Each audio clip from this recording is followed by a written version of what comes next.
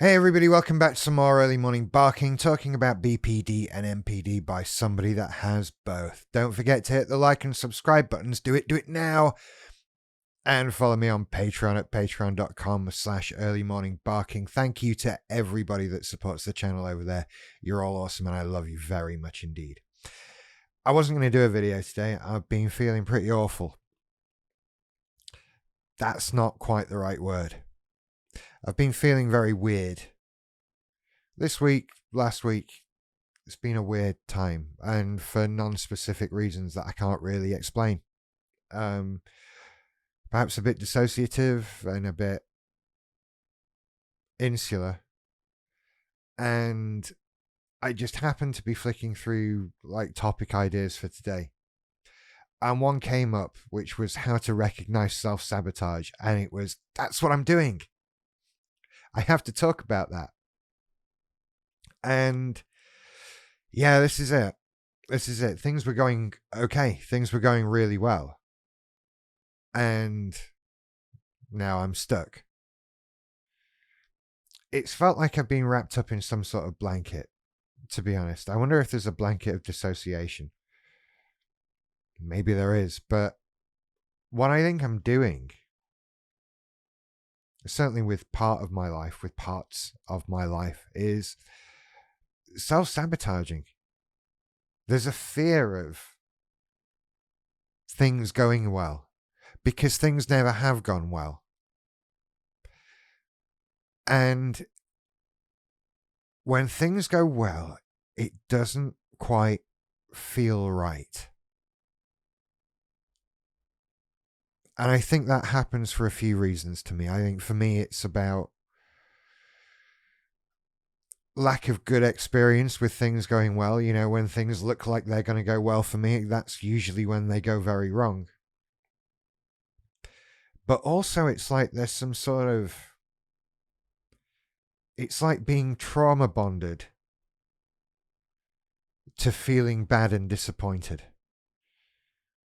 It's like that feeling of failure, whatever it is for me or for you, becomes something I'm bonded to. I get wrapped up in it. And to move away from it feels uneasy. It feels wrong. It feels weird. And so it's like when things are going well, a little voice in my head just goes, "Hey, Rich, screw it up.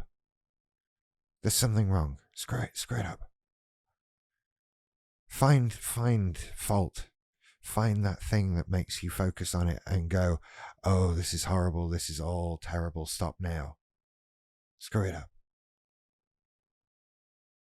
And that can be anything, right? That can be work, relationships, hobbies, anything, right? Just that sudden back of your mind, just, hey, screw it up. Make a mess of it. Go on. And it's very insidious. It's not actually that direct.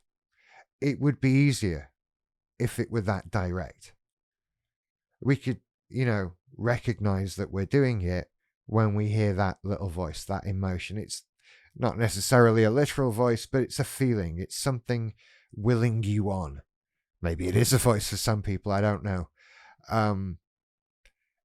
It's a desire. It's an urge that creeps up on you. And it, I think, comes out of a place of fear, of panic, of the unknown, of that weird feeling you're not getting what you expect. And there's this desire to return to normality. And it's not that blatant. Like I say, it's not just, hey, screw it up, make a mess of this thing, or even let's get back to broken things. Broken things are good, right? Because that's so easy to spot. You don't need a video about how to recognize that.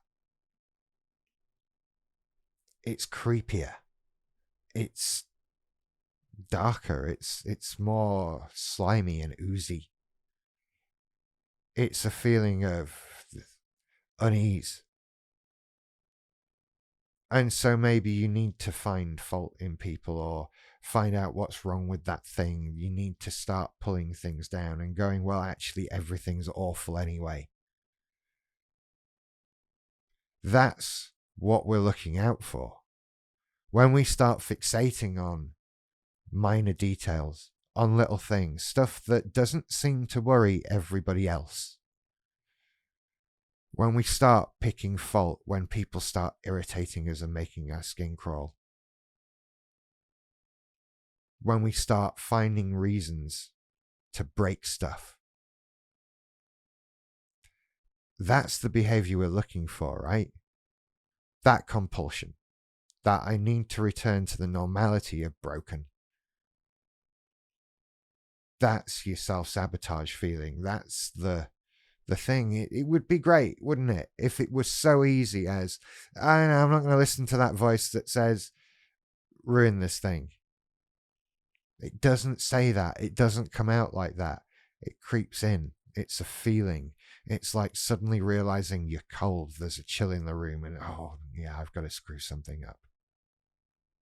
There's a little shiver that comes with it. I'm not a fan of this feeling, I'll be honest. And I think I'm in the midst of it with stuff. There are certain aspects of my life that I can start to say, well, you're picking fault. You're letting things get to you. You're letting things bother you. Nothing's perfect. You know, what do you want?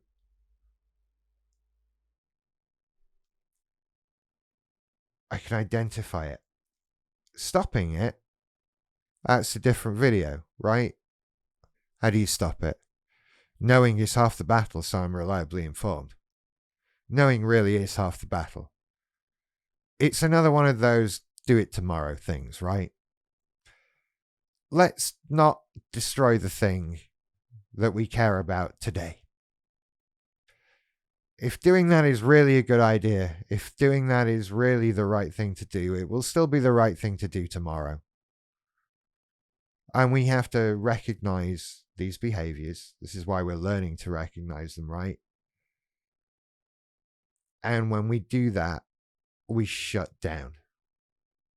Not by going away from people, but we shut down making choices. We're going to just stay put for a bit.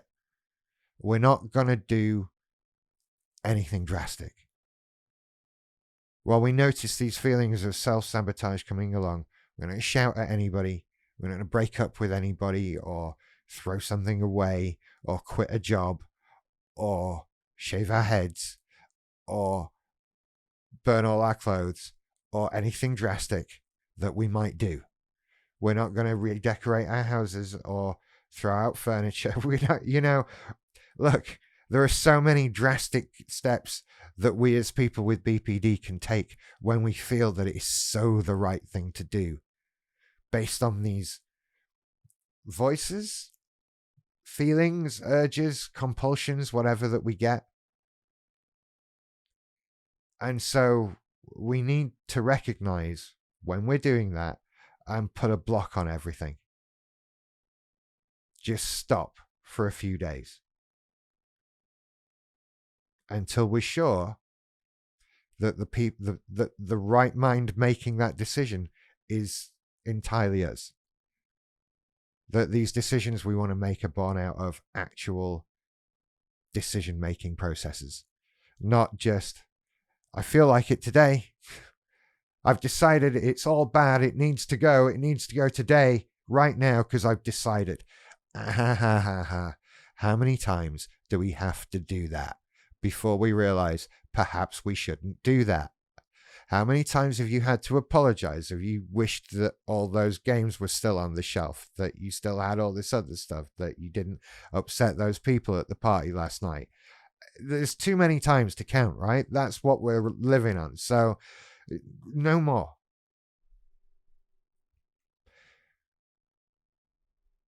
This self-sabotaging behavior will creep up on you and make you ruin things.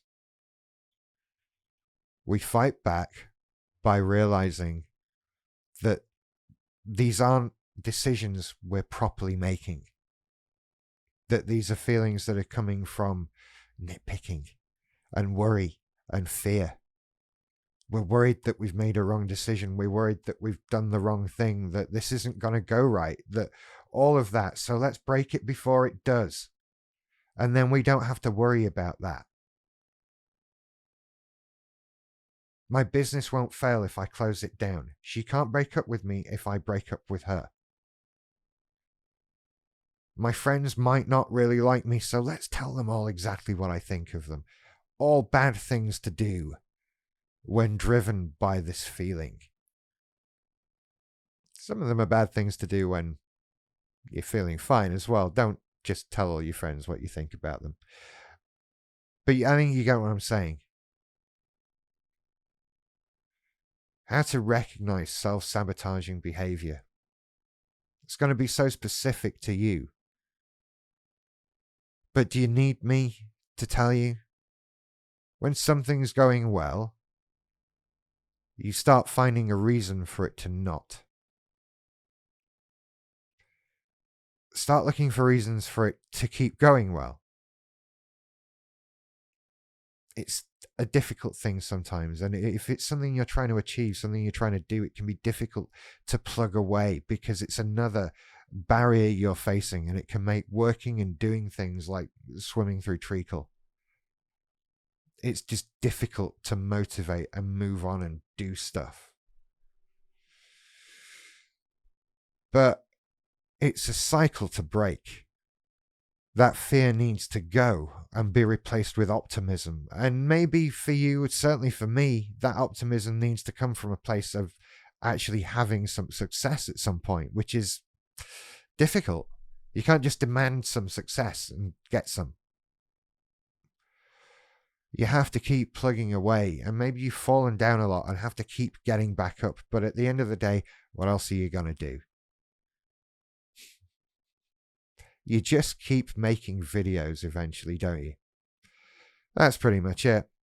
Anyway, I hope that helped, and I can't wait to see you in the Discord and leave some comments and all of that. Hit the like and subscribe button. I told you earlier. Anyway, you take care. I'll see you later. Bye.